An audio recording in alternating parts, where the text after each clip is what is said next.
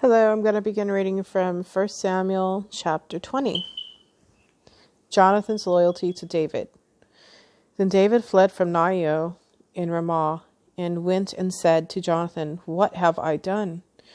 What is my iniquity and what is my sin before your father, that he seeks my life?"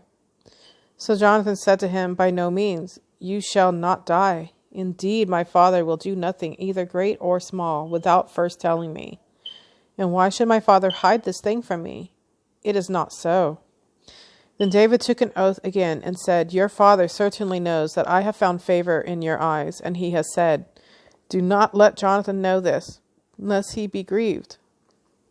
But truly, as the Lord lives and as your soul lives, there is but a step between me and death." So Jonathan said to David, "Whatever you yourself desire, I will do it for you." And David said to Jonathan, "Indeed, tomorrow is the new moon, and I should not fail to sit with the king to eat. But let me go, that I may hide in the field until the third day at evening. If your father misses me at all, then say, 'David earnestly asked permission of me that he might run over to Bethlehem, his city, for there is a yearly sacrifice there for all the family.'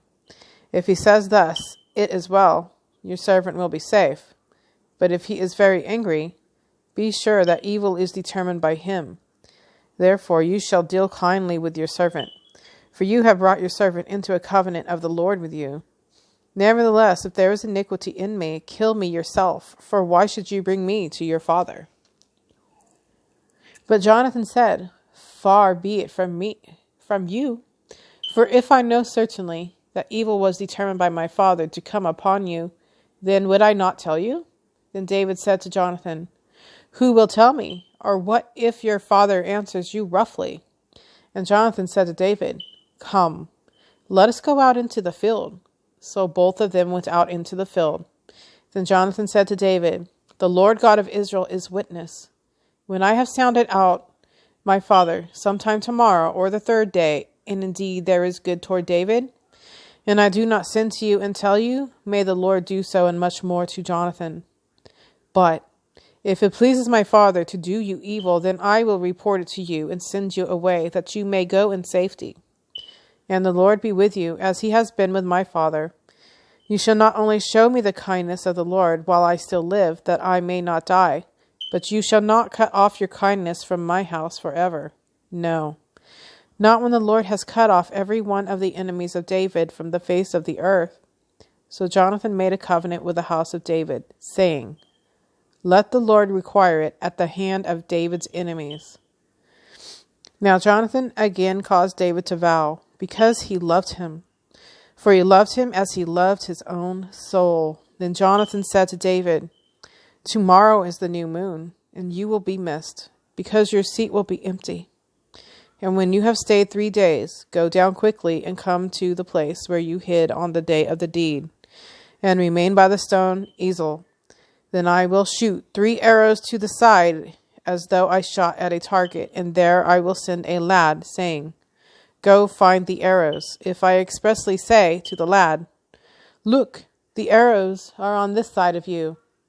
Get them and come,' then as the Lord lives, there is safety for you and no harm. But if I say thus to the young man, 'Look, the arrows are beyond you,' go your way, for the Lord has sent you away. And as for the matter which you and I have spoken of, indeed the Lord be between you and me forever." Then David hid in the field, and when the new moon had come, the king sat down to eat the feast. Now the king sat on his seat, and at other times on a seat by the wall. And Jonathan arose, and Abner sat by Saul's side, but David's place was empty. Nevertheless, Saul did not say anything that day, for he thought, "Something has happened to him. He is unclean. Surely he is unclean." And it happened the next day, the 2nd day of the month, that David's place was empty. And Saul said to Jonathan his son, "Why has the son of Jesse not come to eat, either yesterday or today?" So Jonathan answered, said, "Saul, David earnestly asked permission of me to go to Bethlehem, and he said, 'Please let me go. For our family has a sacrifice in the city, and my brother has commanded me to be there.' And now, if I have found favor in your eyes, please let me get away and see my brothers. Therefore, he has not come to the king's table. Then Saul's anger was aroused against Jonathan, and he said to him, You son of a perverse, rebellious woman, do I not know that you have chosen the son of Jesse to your own shame and to the shame of your mother's nakedness? For as long as the son of Jesse lives on the earth, you shall not be established, nor your kingdom. Now therefore, send and bring him to me, for he shall surely die. And Jonathan answered Saul his father and said to him, Why should he be killed? What has he done? Then Saul cast the spear at him to kill him, by which Jonathan knew that it was determined by his father to kill David. So Jonathan arose from the table in fierce anger, and ate no food the second day of the month, for he was grieved for David, because his father had treated him shamefully. And so it was in the morning that Jonathan went out into the field at the time appointed with David, and a little lad was with him. Then he said to his lad, Now run, find the arrows which I shoot. As the lad ran, he shot an arrow beyond him. When the lad had come to the place where the arrow was, which Jonathan had shot, Jonathan cried out after the lad and said, Is not the arrow beyond you? And Jonathan cried out after the lad, Make haste, hurry, do not delay. So Jonathan's lad gathered up the arrows and came back to his master. But the lad did not know anything. Only Jonathan and David knew of the matter. Then Jonathan gave his weapons to his lad and said to him, Go, carry them to the city. As soon as the lad had gone, David arose from a place toward the south, fell on his face to the ground, and bowed down 3 times. And they kissed one another, and they wept together, but David more so. Then Jonathan said to David, Go in peace, since we have both sworn in the name of the Lord, saying, May the Lord be between you and me, and between your descendants and my descendants forever. So he arose and departed, and Jonathan went into the city.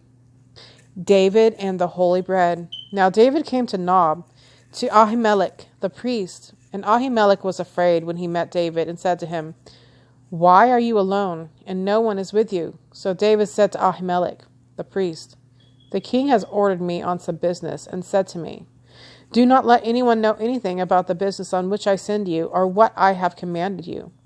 And I have directed my young men to such and such a place. Now therefore, what have you on hand? Give me 5 loaves of bread in my hand, or whatever can be found. And the priest answered David and said, There is no common bread on hand, but there is holy bread, if the young men have at least kept themselves from women. Then David answered the priest and said to him, Truly, women have been kept from us about 3 days since I came out, and the vessels of the young men are holy, and the bread is in effect common, even though it was consecrated in the vessel this day. So the priest gave him holy bread, for there was no bread there but the showbread, which had been taken from before the Lord, in order to put hot bread in its place on the day when it was taken away. Now, a certain man of the servants of Saul was there that day, detained before the Lord, and his name was Doeg, an Edomite, the chief of the herdsmen, who belonged to Saul. And David said to Ahimelech, Is there not here on hand a spear, or a sword? For I have brought neither my sword nor my weapons with me, because the king's business required haste. So the priest said, The sword of Goliath, the Philistine, whom you killed in the valley of Elah, there it is, wrapped in a cloth behind the ephod. If you will take that, take it, for there is no other except that one here. And David said, There is none like it. Give it to me. David flees to Gath. Then David arose and fled that day from before Saul, and went to Achish, the king of Gath. And the servants of Achish said to him, Is this not David, the king of the land? Did they not sing of him to one another in dances, saying, Saul has slain his thousands, and David his 10,000s? Now David took these words to heart, and was very much afraid of Achish, the king of Gath.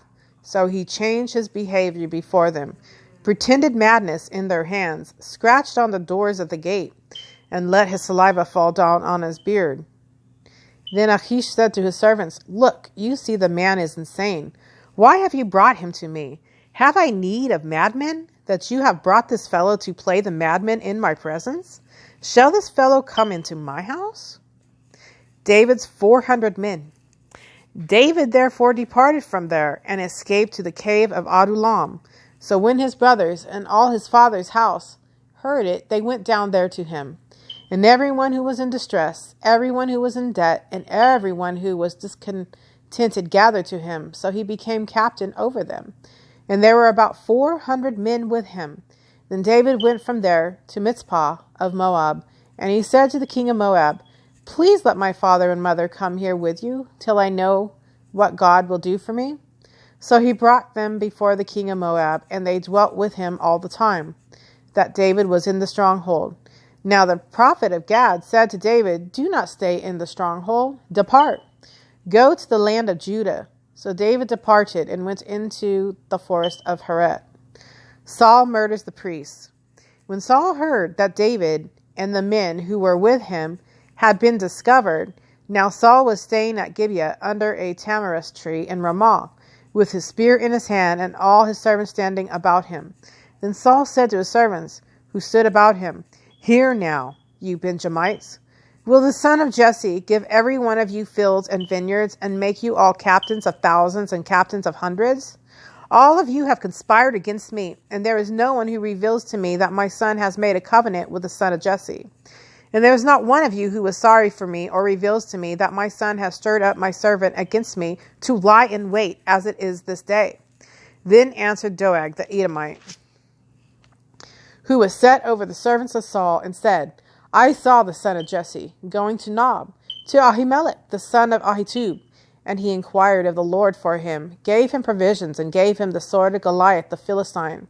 So the king sent to call Ahimelech the priest, the son of Ahitub, and all his father's house, the priests who were in Nob. And they all came to the king, and Saul said, Hear now, son of Ahitub. He answered, Hanini, here I am, my lord. Then Saul said to him, Why have you conspired against me, you and the son of Jesse, in that you have given him bread and a sword, and have inquired of God for him, that he should rise against me to lie in wait, as it is this day? So Ahimelech answered the king and said, And who among all your servants is as faithful as David? Who is the king's son-in-law? Who goes at your bidding and is honorable in your house? Did I then begin to inquire of God for him? Far be it from me. Let not the king impute anything to his servant or to any in the house of my father. For your servant knew nothing of all this, little or much. And the king said, You shall surely die, Ahimelech, you and all your father's house. Then the king said to the guards who stood about him, Turn and kill the priests of the Lord, because their hand also is with David, and because they knew when he fled and did not tell it to me. But the servant of the king would not lift their hands to strike the priests of the Lord. And the king said to Doeg, You turn and kill the priests. So Doeg the Edomite turned and struck the priests and killed on that day 85 men who wore a linen ephod. Also Nob, the city of the priests, he struck with the edge of the sword, both men and women, children and nursing infants, oxen and donkeys and sheep with the edge of the sword.